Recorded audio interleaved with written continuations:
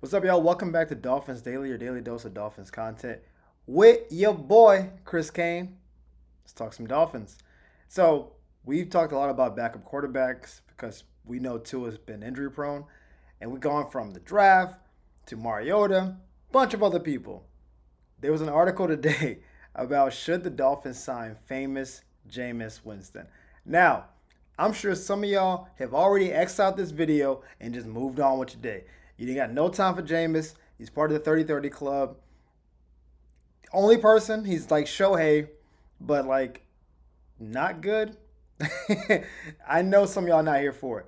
I will say this personally, and I can't defend it, but I feel it. I am a Jameis Winston fan. Not necessarily just a player, but just the person of Jameis makes me happy.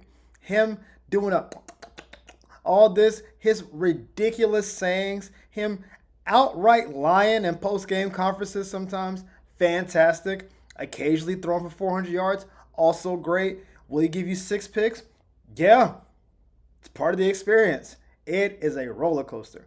And I'm kind of here for it in a weird way. It would have to work financially, of course. But as you guys know, I'm Floridian, right? Like most of y'all. Jameis went to Florida State. My dad's a big time Florida State fan. And I remember in college, Jameis is it's like Charlie Ward and Jameis are his two favorite quarterbacks, right? And he just loved the way Jameis played because he was a little reckless, but obviously great. Like he was moving fast in slow motion sometimes. He was throwing far in also slow motion. Jameis is like whole he's like a platypus as a football player. No one knows what's going on with Jameis, but then he gets stuff done. Cause I watched him last year play Denver. I watched him last year play Baltimore, and I'm like, yo, this dude's all right. But then I watched him against like Pittsburgh. I'm like, oof. Then I watched him play later in the year. I was like, oof. Then I just saw him just airmailing guys wide open. I'm just like, Jameis, what? What? That's what Jameis is. The Jameis roller coaster is, man, Jameis, come on, man. That's what he is. But also, yo, Jameis.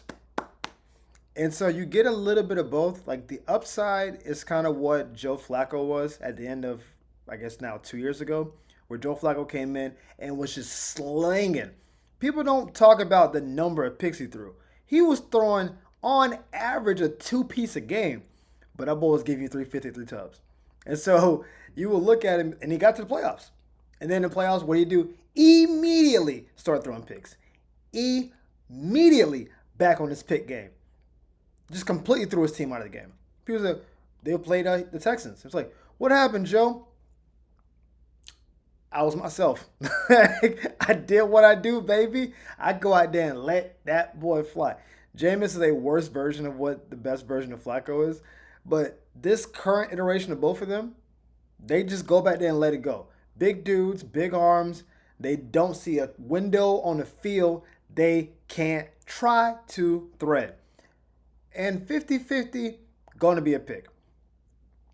Will Jameis want to come back home a little bit and, take a pay cut and be behind Tua? At the very least, Jameis will be good in the locker room, right? We have other backup options, but I think they're a little bit more quiet. They're a little bit more reserved. Jameis is going to be in front of the media.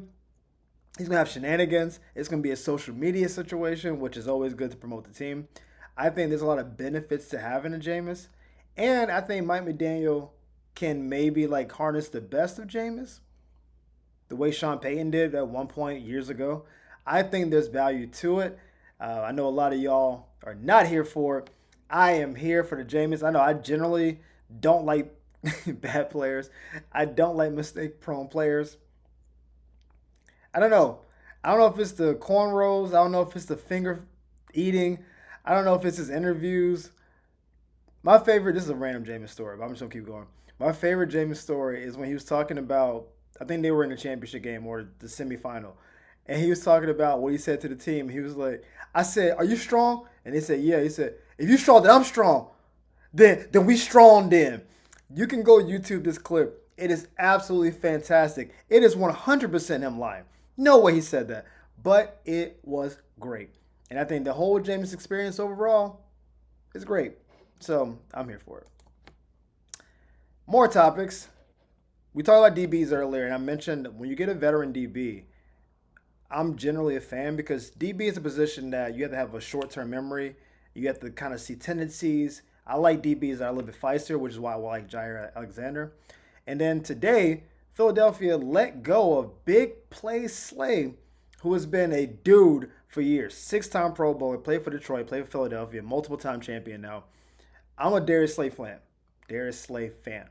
I think his best years are behind him for sure. We can establish that. Jair has more years ahead of him, but Jair will cost more money.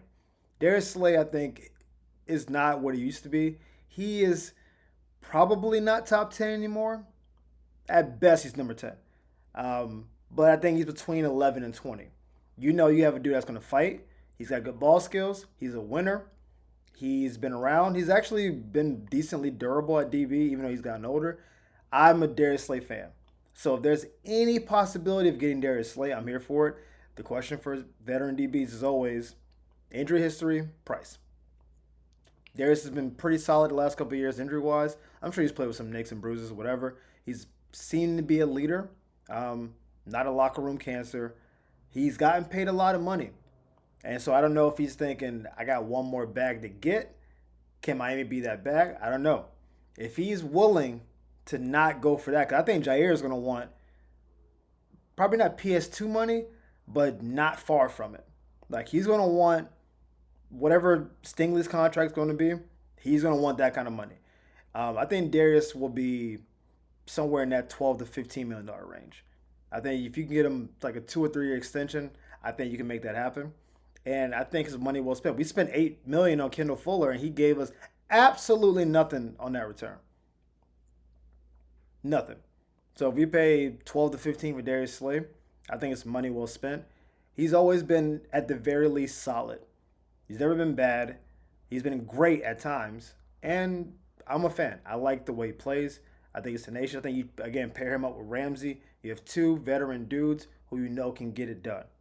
And then you draft Malachi. Hey, that secondary looking kind of tasty. That's all I'm gonna say. I like Darius Slay. I think we should sign him if we can. We need to hear some numbers. I've heard this happened today, so they haven't mentioned what he might go for. I assume a bunch of teams in the league. Kansas City's going to go after him. San Francisco, Baltimore, maybe Green Bay if they lose Alexander. There's going to be a lot of teams going after him, so I do think the price is going to get bidded up a little bit.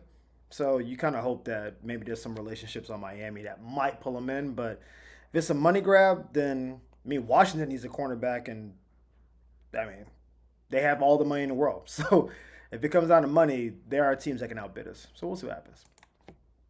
And finally, this is a celebratory post. The legend himself, Jimmy Johnson, one of the GOATs of Miami.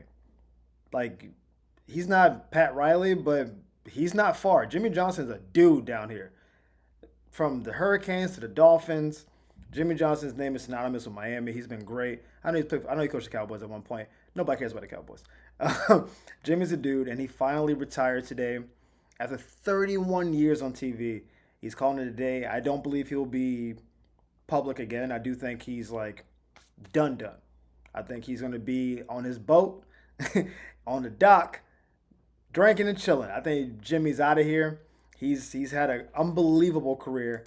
We know what he did with the Hurricanes. His Dolphins tenure wasn't like the greatest thing ever, but he was far from bad. One of our better coaches, and he's just a dude, man. Hall of Famer.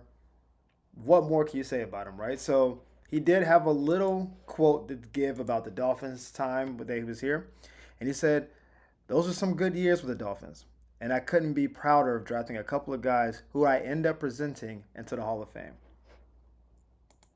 Very short, very concise.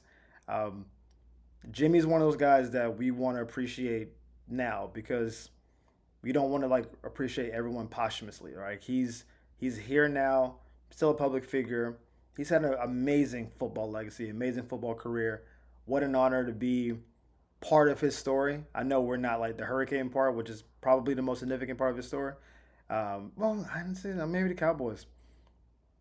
Well, in Miami, being a Hurricane coach is a bigger deal. Obviously, in the NFL, his biggest claim to fame is being a Cowboys coach. But overall in Miami, those Hurricane runs, listen, Miami was on the map, man. He really did some amazing things down here, and we wish him all the best.